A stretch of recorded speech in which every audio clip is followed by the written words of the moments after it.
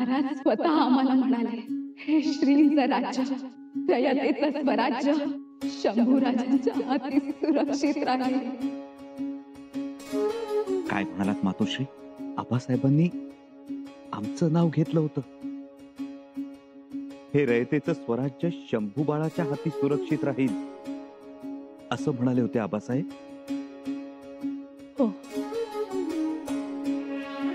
मातोश्री, तुमचे शब्द आमच्यासाठी लाख मोलाचे. आम्ही तर जीवनाची लढाई हरल्याप्रमाणे उमेद हरवून बसलो होतो. पन्हाळगडावर आम्ही हिरोजी काकांना हेच विचारलं होतं, तर रायगडावर सुद्धा हेच विचारत होतो. पण त्यांनी सांगितलं नाही. आता कोणावर भरोसा ठेवू नका शंभूराजे.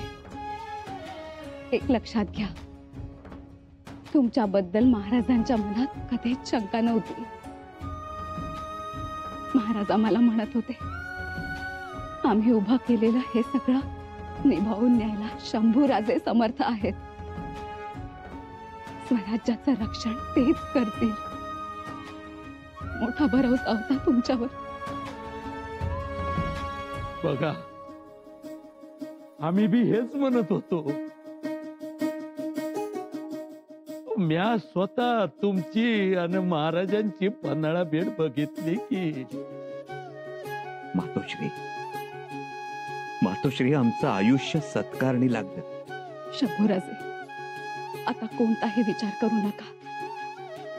कोणी काही सांगेल, दिशाभूल करेल, तुम्ही लक्ष देऊ नका. आता सगळ्या गोष्टींचा मतितार्थ ओळखावा आणि सावधपणे निर्णय घ्यावा.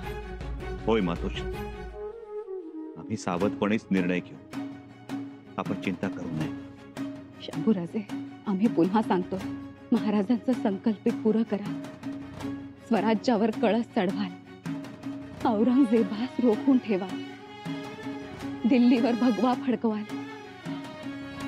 तुमच्या आबासाहेबांना हे वाटत होतं तुमच्याबद्दल, आणि हे सांगण्यासाठी आम्ही थांबलोय. तुम्ही रायगडावर यायची डोळ्यात तेल घालून वाट बघत होतो आम्ही. आम्हाला कल्पना होती, काही माणसं तुम्हाला चुकीची खबर देतील, शब्दांनी बेदखल करतील. म्हणून आम्ही आमच्या स्वारींच्या मागे जिवंत राहिलो आणि हा सूर्य, हा जयद्रथ दाखवला. आता निर्णय तुम्हाला घ्यायचा. जी मातोश्री. आम्हाला क्षमा असावी. तुमचा आदेश मोडून आम्ही सदरेवर आलो. निघतो आम्ही. शंभूराजे, एक ध्यानात ठेवावं, कटकारस्थानांचं हे मळब दूर व्हावं आणि भगवा पुन्हा रायगडाच्या बुलंद बुरुजावर शिवतेजानं फडकत राहावा. हीच इच्छा.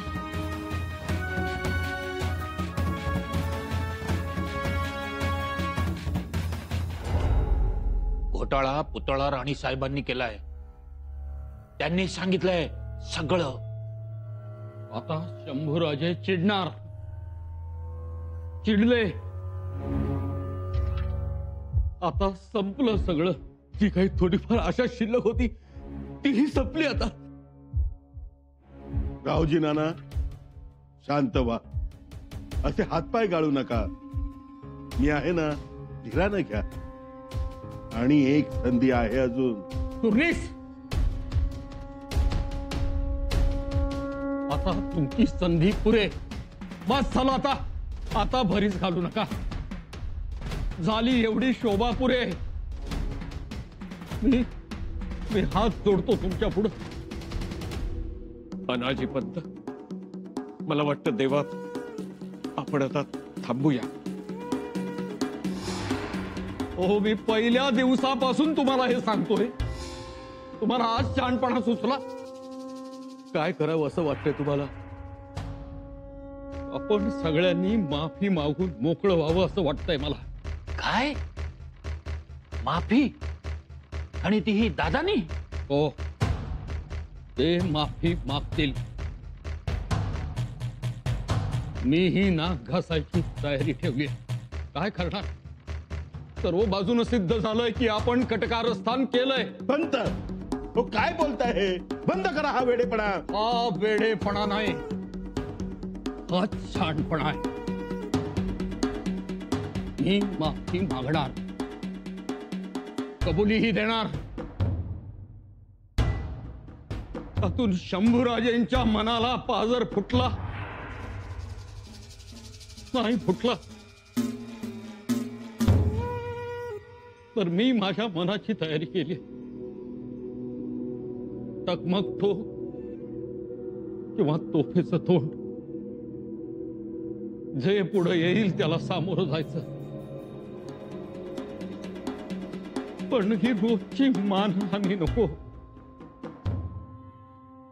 हे रोजचं मरण नको. हे असं हकनाक मरण्यापेक्षा वाचण्यासाठी प्रयत्न करून मेलं तर काय वाईट आहे? तो माझे पण दादा, गडबडून जाऊ नका. आपल्याकडे अजून एक संधी आहे, अजून एक मार्ग आहे. कोणता मार्ग? बोला पंत, कोणता मार्ग? राजमातोश्री सोयराबाई साहेब, आपण जे केले ते राजमातोश्रींच्या सांगण्यावरून केले.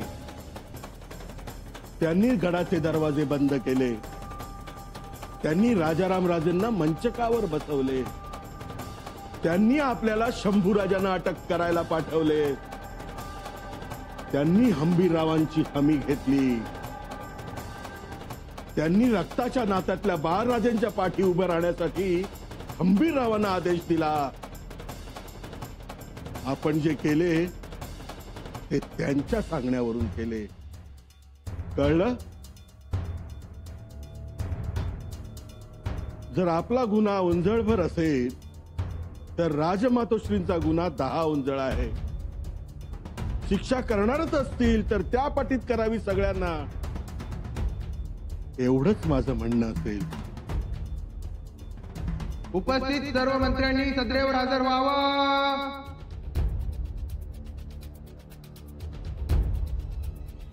मी जे बोललोय ते लक्षात ठेवा. ठरलं? ठरलं.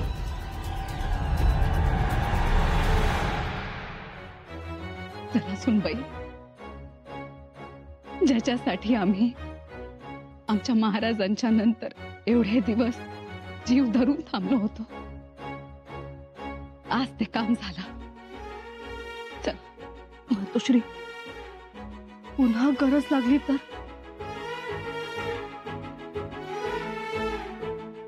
नाही, शंभूराजांना आता कोणाचीही गरज नाही लागणार. पुढील निवाडा करण्यासाठी ते समर्थ आहेत. चला.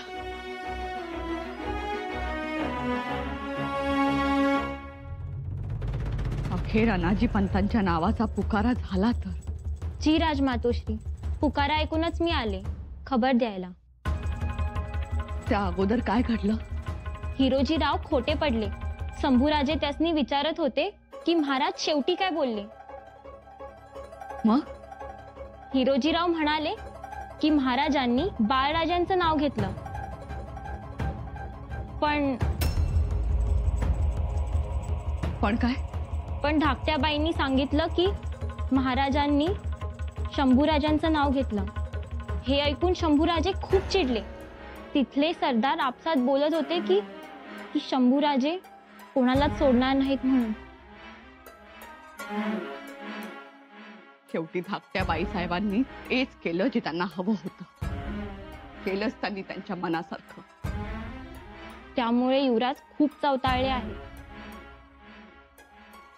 तुझा आम्हाला एकट्यानं राहू दे. जी राजमातोश्री, जे घडेल ते सांगायला आम्ही येतो. आता त्याची गरज नाही. आमच्या महालाकडील राबता बंद कर. जी. याचा अर्थ एकच, शंभूराजे आपल्याला आरोपी म्हणून उभं करणार. आपली मानहानी होणार, आपला रुबाबही संपणार, थोरले पण माती मोल होणार. त्या धाकट्या बाईंनी आगीत तुपाची धार ओतली, फडका होणार. यातली एकही संधी आपण त्यांना द्यायची नाही. आपण स्वतःचा आत्मघात करून घ्यावा, स्वतःला संपवून घ्यावं. ते जास्त चांगलं.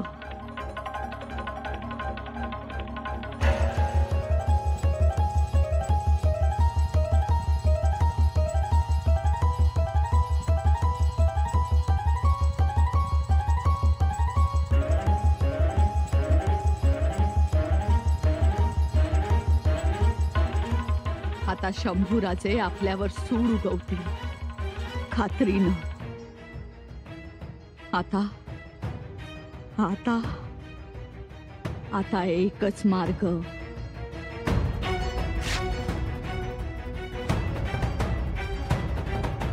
मातोश्री, मातोश्री,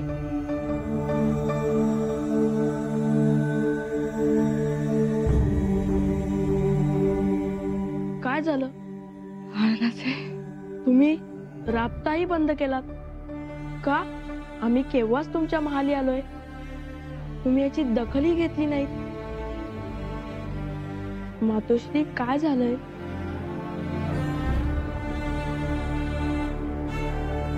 काही झालं नाही.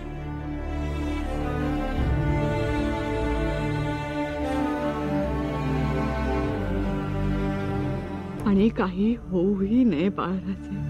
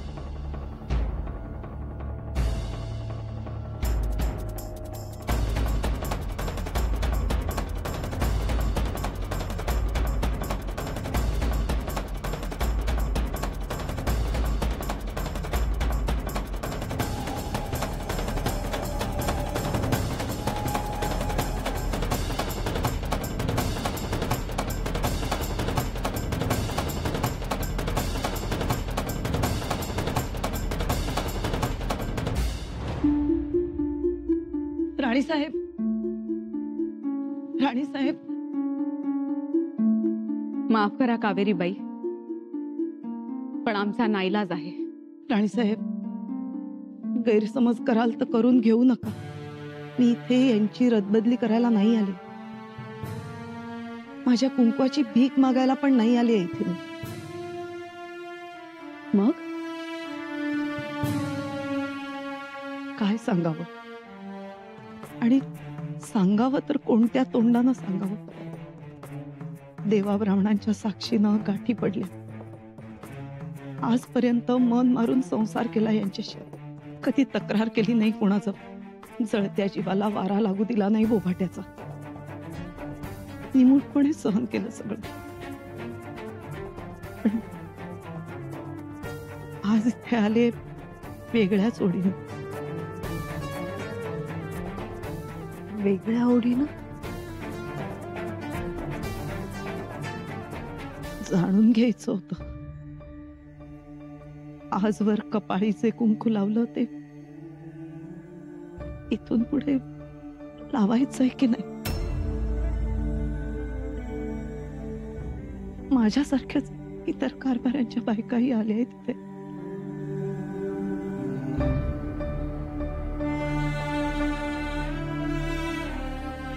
कावेरीबाई, तुमचा सल कळतोय आम्हाला. आम्ही जर आमच्या लेकराला थांबवलं तर तुमचं कुंकू वाचेल, पण आम्ही जर स्वराज्याच्या राजाला थांबवलं तर स्वराज्य विचार मारल्याचं पातक आम्हाला लागेल.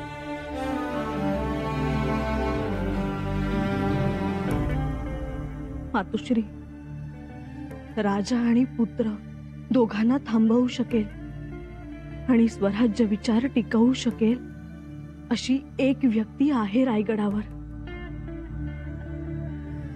कोण? सोयरा मातोश्री. थोरल्याबाई साहेब. होय मातोश्री, घडल्या प्रकाराची जबाबदारी स्वीकारून मोठ्या मनानं त्यांनी चूक कबूल केली तर सगळाच अनर्थ टळणार आहे.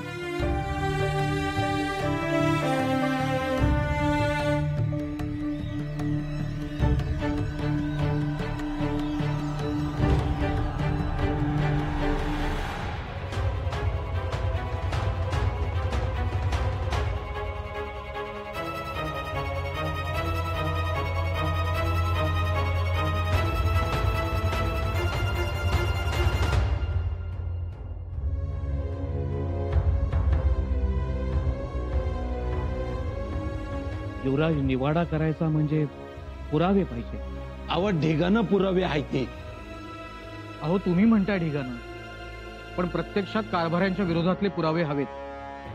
परंतु काही पुरावे नष्ट केलेत मातबर कारभाऱ्यांनी. अहो तेच म्हणतोय आम्ही, प्रत्यक्षात पुरावे नाहीच आहेत. पुरावा कसा? ठोस हवा. बघा युवराज काय बोलतेत ते बघा. हा? आणि मी म्हणतो नसला तर नसला पुरावा. त्यांनी काय केलंय ते आपल्या डोळ्यासमोर आहे की काय युवराज. मी तर त्याच्या पुढे जाऊन बोलतो. कशाला पाहिजे निवाडा? हा? आहेत का ते तेवढ्या चालीची? अहो अटक करायला आलते, ह्योच पुरावा माना आणि द्या त्यांना चकमक टोकावरून ढकलून, नाही तर फासावर, नाहीतर सोडा साखळ दंड करा मोकळं हत्तीसनी होऊन जाऊ द्या. लय झालं आता.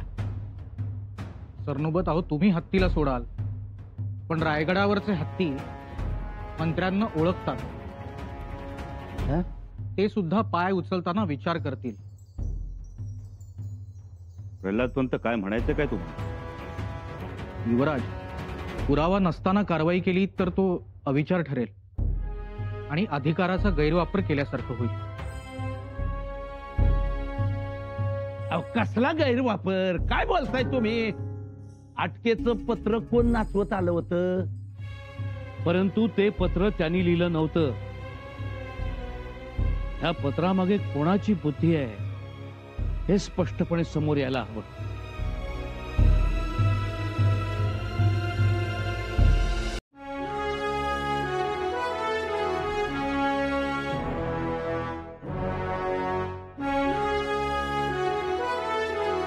प्रल्हादपंत, जीवर, एका प्रश्नाचं उत्तर द्या. जर गुन्हेगारानंच कबुली जबाब दिला तर तो पुरावा मानला जाऊ शकतो? हो युवराज. आता गुन्हेगारांचा कबुली जबाब हाच पुरावा. परंतु युवराज, कारभारी कबुली जबाब देतील. कविराज, आम्ही परिस्थिती तशी निर्माण करू की त्यांना कबुली जबाब द्यावाच लागेल. आता कारभाऱ्यांचा कबुली जबाब हाच पुरावा.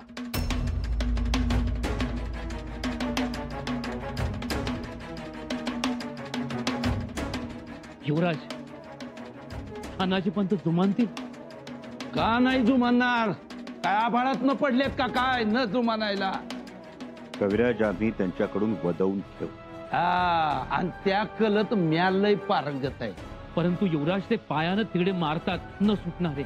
आणि म्या पायानं किडे मारतो न मरणारे. कविराज, आज बघाच आम्ही काय करतो ते. हा बघा बघा पण काळजावर हात ठेवून बघा. अखेर आज तो दिवस उगवला जो रायगडाच्या बेला कड्यावर बुरुजाच्या काळ्या पाषाणावर कोरला जाईल. अनाची दत्तो सुर्नीस, आयुष्यात पहिल्यांदाच आम्हाला तुमच्या आगमनाची आतुरता आहे. या अनाची पंत या